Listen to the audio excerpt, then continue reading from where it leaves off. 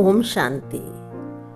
प्रजापिता ब्रह्मा कुमारी ईश्वरीय विश्वविद्यालय का उद्देश्य है विश्व का श्रेष्ठ परिवर्तन, अर्थात विश्व का सतयुगी सृष्टि में परिवर्तन। भारत के लोग सतयुग, स्वर्ग, स्वर्णिम युग आदि शब्दों से भली भांति परिचित हैं। उस युग की उच्चतम मानवीय और प्राकृतिक स्थितियों का वर्णन धर्मशास्त्रों में जहां तहां छुटपुट रूप में मिलता है। क्रिश्चियन, इस्लामी आदि अन्य धर्मों की पुस्तकों में भी हेवन, जन्नत आदि का कुछ कुछ वर्णन मिलता है। वर्तमान समय परमात्मा पिता ने प्रजापिता ब्रह्मा के साकार माध्यम से उस संपूर्ण दुनिया के संबंध में अनेक रहस्य स्पष्ट किए हैं और कई भाई बहनों ने दिव्य साक्षात्कारों में भी वहां के दिव्य रहन सहन और अन्य सब प्रकार के दिव्य कार्यों को संपन्न होते देखा है।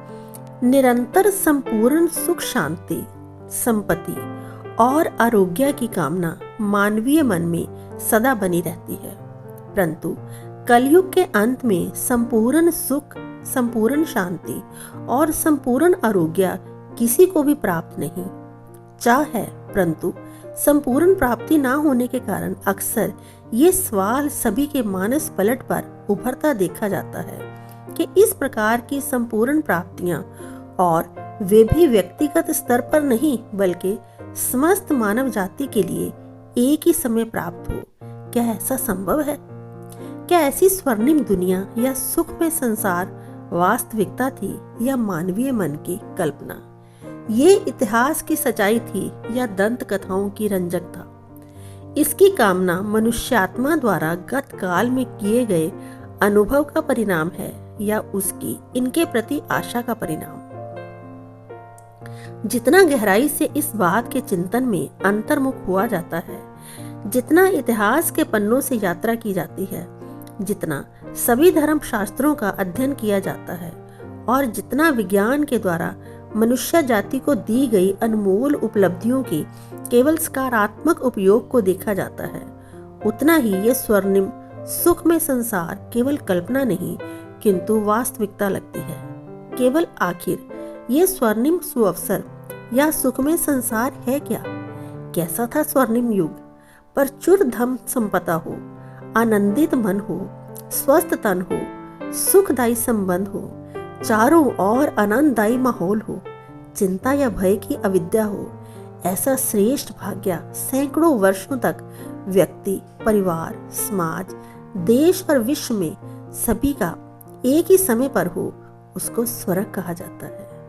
स्वर्ग के विषय में अनेकानेक धर्मों की मान्यताएं ये हैं। बाइबल और कई अन्य अंग्रेजी किताबों में स्वर्ग के सौंदर्य की तुलना वन और बाग से की गई है। ईरान, इराक, सीरिया, उत्तरी अरब, मिस्र, उत्तर अफ्रीका, यूनान और दक्षिणी यूरोप के क्षेत्रों में जो नयन रम्य वन हैं, उनकी सुंदरता के कारणवश ही सिंधु की घाटी से लेकर नील नदी की घाटी तक बाइबल में स्वर्ग लोक बताया गया है।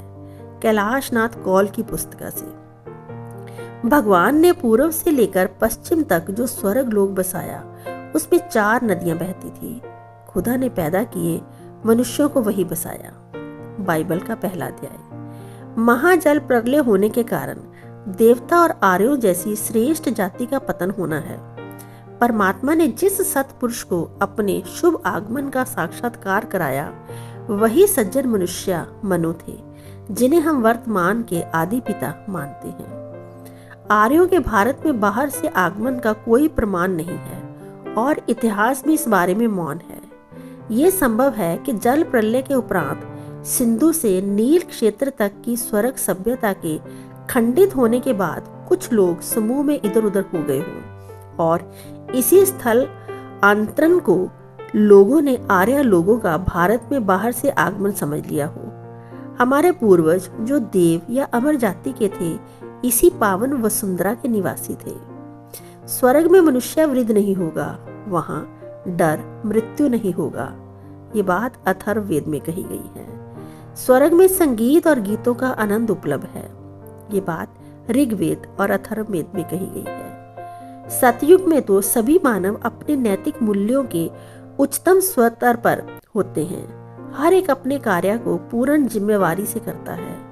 मैं कुछ कर रहा हूँ, इस भावना से ऊपर हर एक के मन में अपने कार्य के प्रति पूर्ण श्रद्धा होती है और सभी अपने अपने कार्यों को उचित तरीके से आनंदित होकर संपन्न करते हैं। वहाँ कार्य करते वक्त सभी सरल और हल्के रहते हैं। जैसे आज व्यक्ति अपने परिवार के प्रति जिम्मेवारी निभाने के अर्थ कार्य तो करता है, किंतु उसके मन में मैं कोई उपकार कर रहा हूँ ये भाव नहीं होता।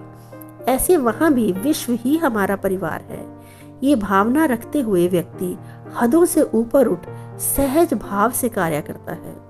जैसे एक परिवार में माँ अपने कर्तव्य को निभाते वक्त हल्के दर्जे का समझे जाने वाला कार्य भी बड़े प्रेम से, अपनत्व के भाव से, पालना के कर्तव्य भाव से करती है। उसमें कोई लेन देन का हिसाब किताब या ऊंच नीच, छोटे बड़े का भेदभाव नहीं होता। ऐसे ही वहां भी हर व्यक्ति अपनत्व की भावना से, पूर्ण जिम्मेवारी से, सहज भाव से आनंदित होकर अपना कार्य करेगा। इसलिए कार्य से उसके आनंद में वृद्धि होगी, न कि तनाव या थकावट का अनुभव। सुवर्ण युग की मुख्य व्यवस्थाओं पर प्रकाश डाला जा रहा है। सबसे पहले है राजतंत्र। जैसे विश्व ईसाई संघ में एडवर्ड I, एडवर्ड II और एडवर्ड III हैं, वैसे ही स्वर्ण युग में श्री लक्ष्मी और श्री नारायण पहले, दूसरे, तीसरे और 8वें वंश तक होंगे। सुवर्ण युगीन विश्व की राज सत्ता स्थिर और अचल होती है। पूरे विश्व पर एक ही राज्य सत्ता होती है, उसे कोई भी छीन या लूट नहीं सकता। एक देश, एक भाषा, एक धर्म के साथ साथ श्री लक्ष्मी और श्री नारायण का पूरी वसुंधरा, आकाश और समुद्र पर पूर्ण आधिपत्य होगा। उनके शासनकाल में कोई भी नैसर्गिक दुर्घटना नहीं होगी। धान्य भंडार हमेशा भरपूर होंगे। मधुरता ही राजा का प्रमुख गुण होगा। दूसरा है प्रशासन। सतयुग में प्रशासनकर्ता सतो प्रधान है। राज्य कारोबार भी श्रेष्ठ है। स्वर्णिम दुनिया में सब एक राजा के हुक्म पर चलते हैं। वहां बादशाह पे पूरी ताकत रहती है, इसलिए कोई वजीर आदि नहीं होते। महाराजा एक होगा, दूसरे छोटे राजाएं होंगे। हर एक को अपनी अपनी राजधानी होगी। जैसे जैसे युग परिवर्तन होता जाता है, देवताओं की गिरती कला होने लगती है। तब द्वापर युग में राज्य लेने की, वजीर रखने की आवश्यकता महसूस होती है। वहाँ का सारा कारोबार सत्यता के आधार पर ही चलता है। दरबार बहुत बड़ी होती है। सब राजे रजवाड़े आपस में मिलते हैं, जैसे कि स्नेह मिलन होता है। इस सभा में छोटे छोटे राजाओं को, उनके परिवार वालों को बुलाया जाता है। साहूकारों को ऐसी सभा में कभी कभी आमंत्रण देंगे। अन्न उपज, महलों का निर्माण आदि सारे क्षेत्र एक दूसरे के साथ बहुत ही सहयोग से कार्य करते हैं। लेन देन में पूर्ण अपनापन होता है। प्रशासनिक कार्य एक परिवार की तरह चलाया जाता है। हर एक व्यक्ति की जरूरत पर तथा योग्यता पर पूर्ण ध्यान और आदर सम्मान दिया जाता है। वहाँ सब व्यक्ति सारे साधनों से परिपूर्ण होते हैं, इसलिए वहाँ कोई स्वार्थ की भावना नहीं होती। इसलिए राज्य सरलता से और हल्केपन से चलता है। जल्दबाजी वहाँ बिल्कुल नहीं होती, क्योंकि हर कोई शांतिपूर्ण ढंग से रहता है। वहाँ राजा और प्रजा के बीच में स्नेह का अटूट संबंध है। भारत के प्राचीन शास्त्रों में वर्णन है कि प्रजा अपनी जरूरत से ज्यादा धन संपत्ति या अन्न आदि प्रेम भाव से ही राजा के धन भंडार में या अन्न भंडार में रख आती है और राजा उसे प्रजा के कार्य में लगाता था। वहाँ राजाई परिवार को कोई कार्य करने की जरूरत नहीं होगी। प्रजा को कमाना पड़ेगा, लेकिन उसमें भी नंबर है। कोई साहूकार प्रजा होगी, कोई साधारण प्रजा। साहूकार प्रजा को ज्यादा कमाने की आवश्यकता नहीं पड़ेगी। वहाँ कमाई करना भी एक श्रेष्ठ भाव से होता है। गरीब तो वहाँ होते ही नहीं। सतयुग में आयु साधारणतया 150 वर्ष तक की होती है। इतनी आयु में मानव अनेक बातें सीखेंगे।